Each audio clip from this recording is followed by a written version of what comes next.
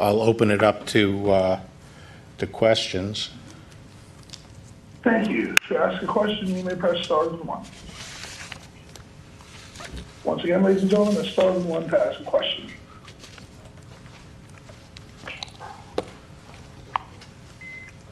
And today's first question comes from Pete Williams with NBC News. Please go ahead. Thank you, Mr. Attorney General. Washington, D.C. has a lot of experience in dealing with large, complex events that include protests like the inauguration or meetings of the World Bank. Why did you think it was necessary for you to take command of this, and where does that authority come from? Well, I think the rioting got going, I think, on Friday, May 29th, and got worse and worse over the weekend. It culminated or came to a crescendo over the weekend on Sunday evening right around the White House on H Street on the northern side of Lafayette Park. And it was very serious rioting. The Treasury Department annex there was broken into. A historical building on Lafayette Park, which is federal property, was burned down. There was a fire set at the historical St. John's Church right there across from the White House, and an old church that goes back to the 18th century and is referred to as the Church of Presidents. The rioters used crowbars to dig out the pavers at Lafayette Park and use them as projectiles thrown at Secret Service and other federal agents. There were numerous head injuries among the federal personnel whose responsibility is to protect the White House. Just to give you an indication, but from Saturday until today, and virtually, the lion's share of these injuries came over the weekend, there were 114 injuries to law enforcement, most of those to federal agents, and most of those inflicted right around the White House. There were 22 hospitalizations, and most of those were serious head injuries or concussions that required monitoring and treatment. On Monday, the president asked me to coordinate the various federal law enforcement agencies, not only the multiple Department of Justice agencies, but also other agencies such as those in the Department of Homeland Security. So we had a coordinated response and worked with the National Guard and also with the D.C. police. That morning, we decided that we needed more of a buffer to protect the White House and to protect our agents and Secret Service personnel who could be reached by projectiles from H Street. I made the decision that we would try to move our perimeter northward by a block to provide this additional protection. And later at 2 o'clock on Monday, I met with all the various law enforcement agencies, and we set our tactical plan. And that plan involved moving our perimeter a block north to I Street. It was our hope to be able to do that relatively quickly before many demonstrators appeared that day. Unfortunately, because of the difficulty in getting appropriate forces and units into place, by the time they were able to move our perimeter up to I Street, there had been a large number of protesters had assembled on H Street. There were projectiles being thrown, and the group was becoming increasingly unruly, and the operation, they were asked 3 times if they would move back 1 block. They refused, and we proceeded to move our perimeter out to I Street. It is true that the Metropolitan Police have a lot of experience in dealing with demonstrations, but we have a lot of this is the federal city. It's the seat of the federal government. Many of the buildings, as you know, and facilities here and the monuments are the responsibility of the federal government, and the proceedings and process of the federal government take place here. And so when you have a large-scale civil disturbance that is damaging federal property, threatening federal property, threatening federal law enforcement officers, threatening the officials in government and their offices, and our great monuments, it is the responsibility of the federal government to render that protection, and we do so in close coordination with the Metropolitan Police Department. Fortunately, later that evening on Monday, after we did establish a buffer zone, we were able to finish that day without further significant violence from the demonstrators. And then the following 2 days were peaceful. The assemblies and the protests were peaceful. So we're pleased with that. We're working closely with the Metropolitan Police to plan out the remainder of the week. Next question. Our next question comes from Pierre Thomas with ABC News. Please go ahead. Good afternoon, Attorney General Barr. A couple of very good questions for you, if I may. Yesterday, the department charged 3 members of the group, or associated with the group Boogaloo, a far-right extremist group, known as a far-right extremist group. Is it important in your remarks and thoughts to point out all the different groups that are involved in this type of violent activity? And then the second question is, do you have any concerns that law enforcement could have perhaps been more surgical in how they operated on Monday? And many of the people who were moved forcibly were peaceful protesters, sir. Well, I do think it's important to point out the witch's brew that we have of extremist individuals and groups that are involved, and that's why in my prepared statement I specifically said, in addition to Antifa and other extremist groups like Antifa, there were a variety of groups and people of a variety of ideological persuasions. So I did make that point.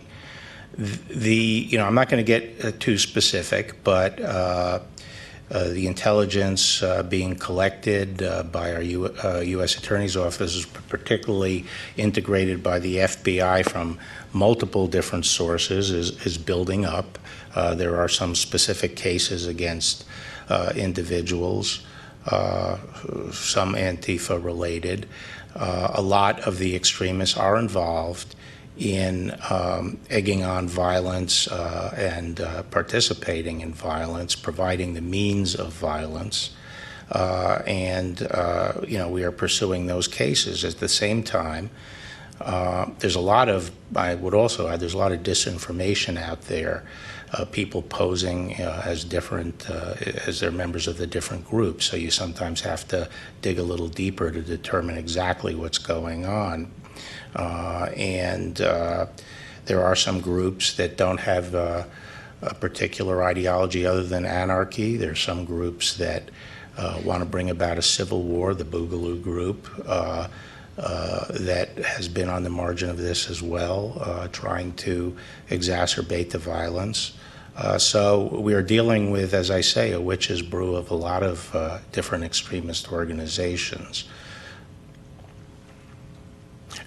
Maybe Chris would have something to add to that.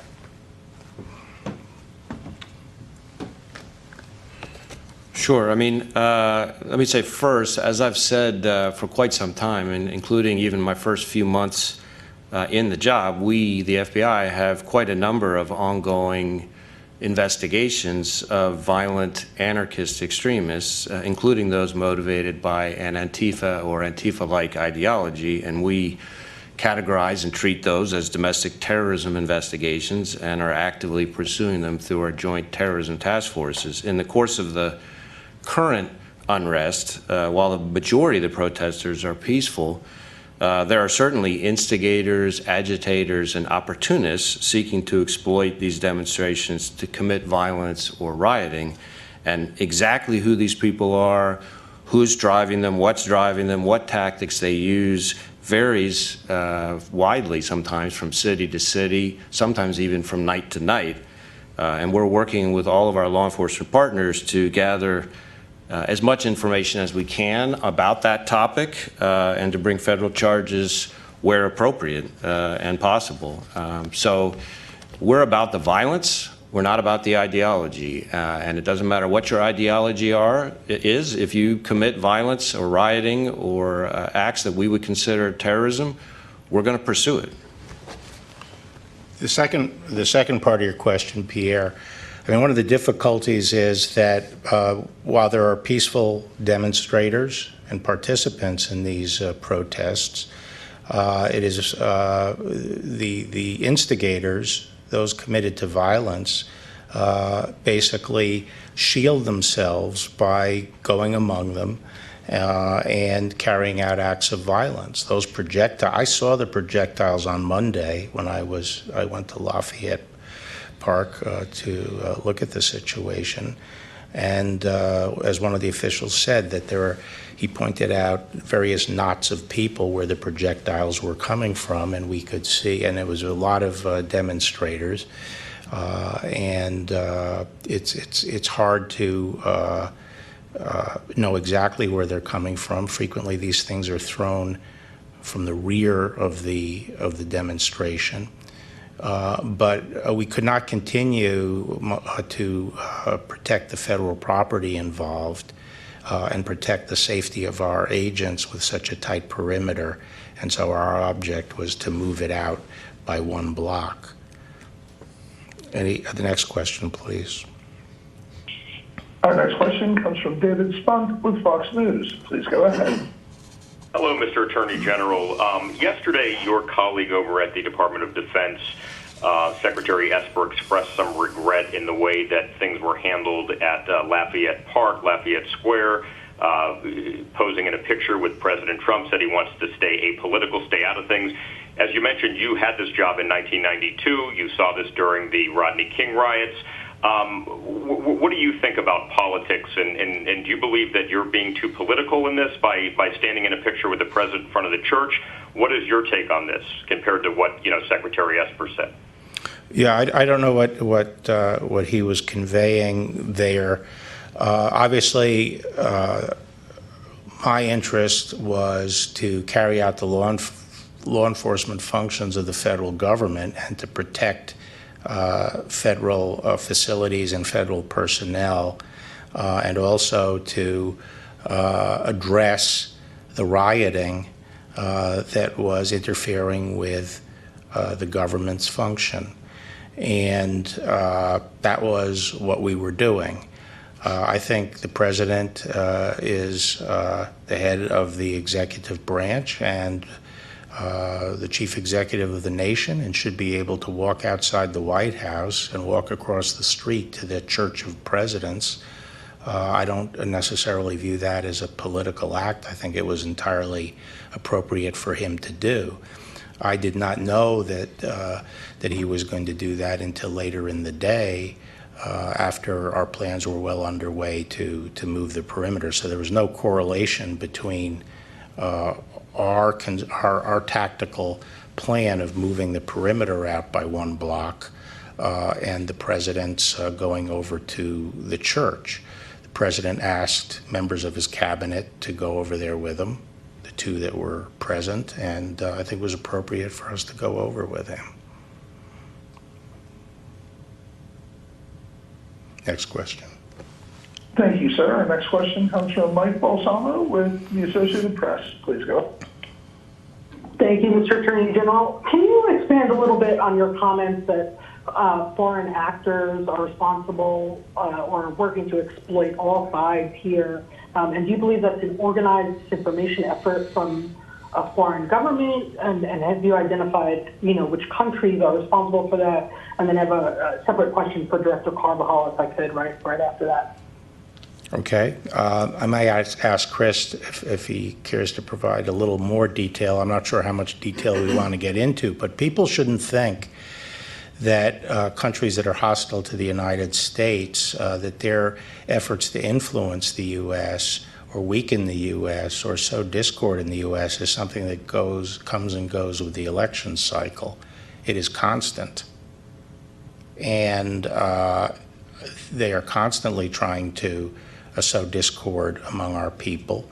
And there's a lot of disinformation that circulates that way. And I believe that we have evidence that some of the foreign hackers and groups that are associated with foreign governments are focusing in on this particular situation we have here and trying to exacerbate it in every way they can. Unless Chris has something to add, I can turn it over to you.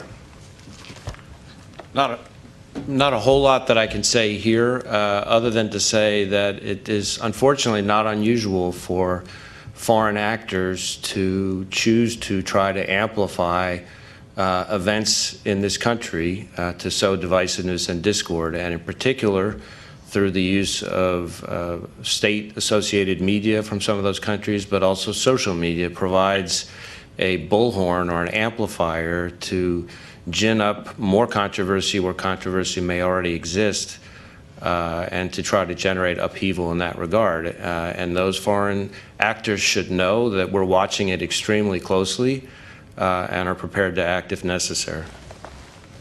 And what's your question for Mr. Carvajal? Director, can you address some concerns that have been raised in the last few days about the BOP, specifically that some officers stationed around D.C. Have said that they've been specifically told not to tell people that they work for the federal government? And last night we learned an inmate at the MDC in Brooklyn had died after officers used pepper spray on him after he barricaded himself. Do you have concerns there that non-lethal force resulted in someone's death?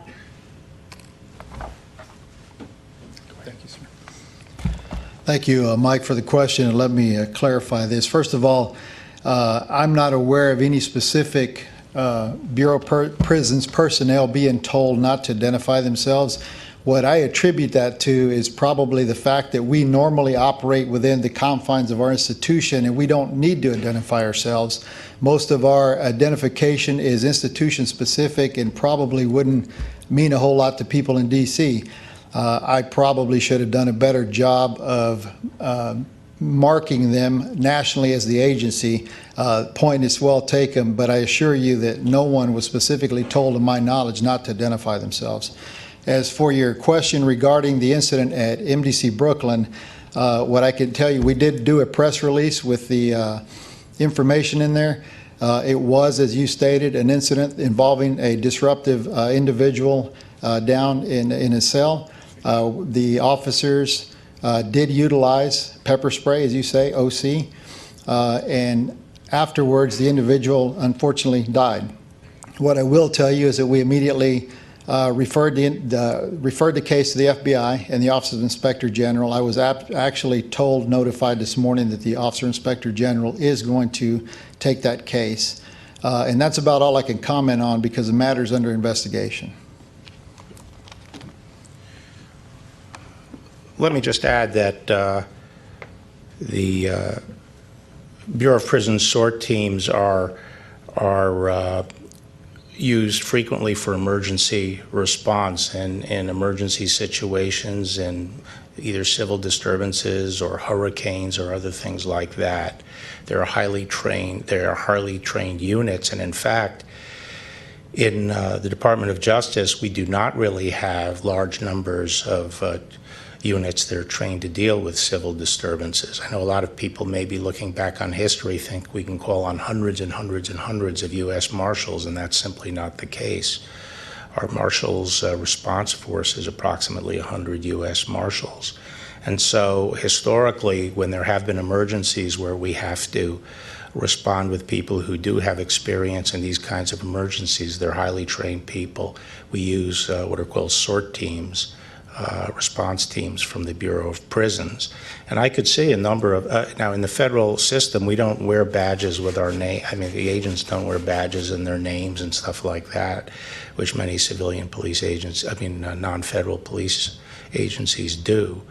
I could understand why some of these individuals simply wouldn't want to talk to people about who they are, if that in fact was the case. I'll take the next question.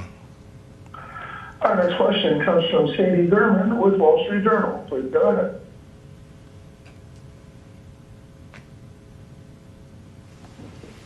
Sadie, your line is open now.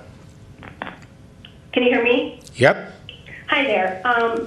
Hoping you can explain how exactly you coordinate the National Guard deployment and movements in and around Washington with those of various federal law enforcement agencies. Is it you who communicates the orders to them, and how does that work? No, well, it largely depends who they're supporting at that time.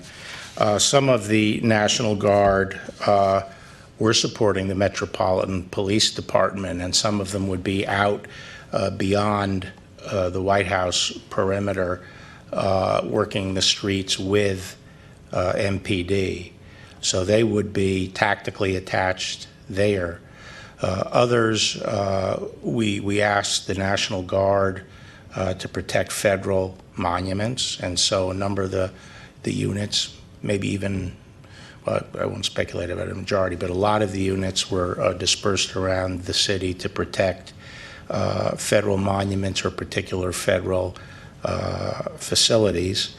Those that were within the White House area and were part of protecting the White House and Lafayette Park area were under the direction of the tactical commanders in that area. But in terms of requesting the resources and asking for their assistance, that was ultimately my responsibility of ensuring that the National Guard that we needed to support law enforcement and support the district were brought to bear.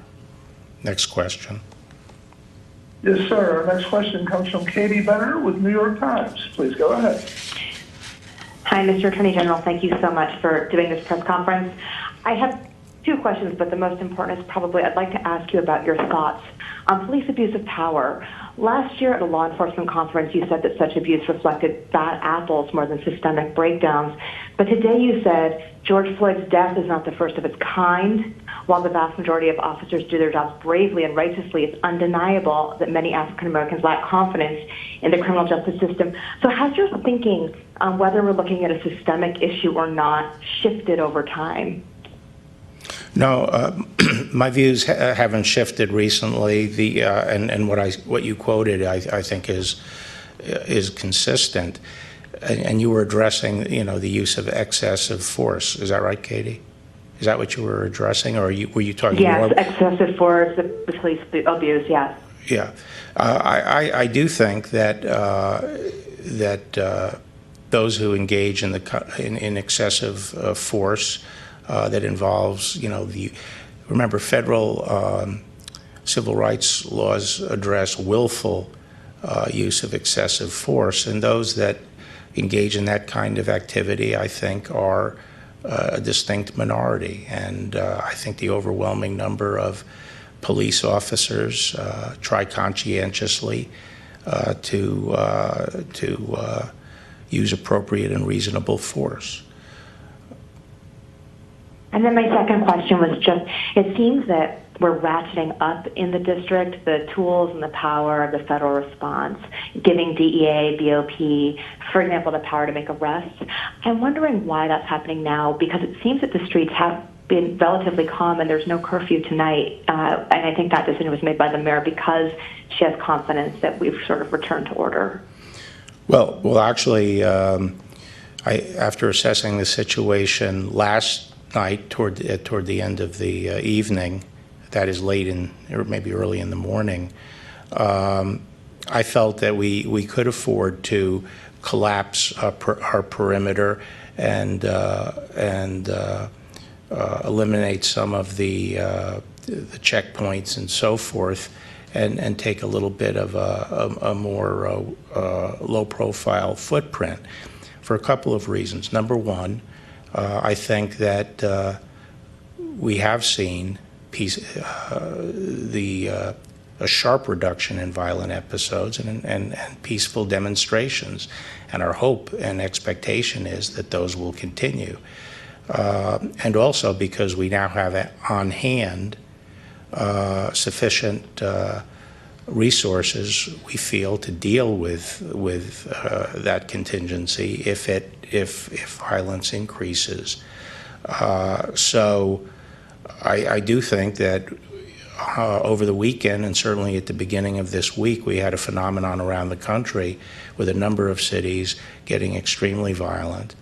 A lot of officers have been hurt around the country, a lot of victims, a lot of property damage. And as I said, on Sunday, it was probably the peak of violence in D.C., and on Monday, we were still facing very large demonstrations that were belligerent and throwing projectiles, although the evening ultimately ended more peaceably. So as I told the governors on Monday, it's very important to use sufficient forces, law enforcement, to establish law and order in a city when you have riots running. If you use insufficient resources, it's dangerous for everybody. It's dangerous for the officers, it's dangerous for the protesters, it's dangerous for the population, because things can easily get out of control and you lose control of events. That's what riots are.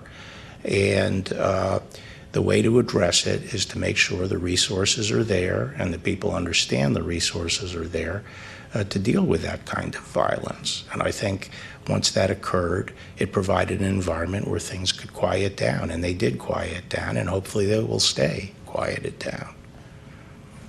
Next. Okay. I think that was it. I appreciate everyone's attendance. And I again want to appreciate the hard work done by all the men and women in the Department of Justice and the Justice Department components and their leaders. Thank you.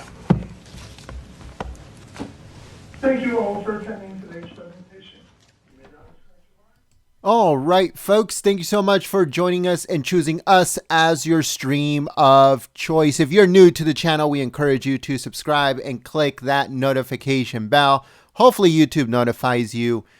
Usually they notify 10% of the time, but if you want to get notified 100% of the time, all you have to do is send us a text message with the word Trump Live to the number 555-888, and we will add you to our notification list for live streams. So every single time that we go live for Department of Justice, White House, Pentagon, Congress, or anything else that has to do with politics or breaking news, you will get a notification directly to your cell phone through a text message with the link of the live stream. You just click on it and it'll take you directly to that live stream. So if you're interested, send us a text message with the word Trump Live to the number 555-888. But don't forget to subscribe and also click that bell. Last but not least, thank you so much to our moderators for keeping the chat clean and enjoyable for everyone. Don't forget to follow us on Twitter at Gold State Times and visit our website, goldenstatetimes.com. Again, that's www.goldenstatetimes.com.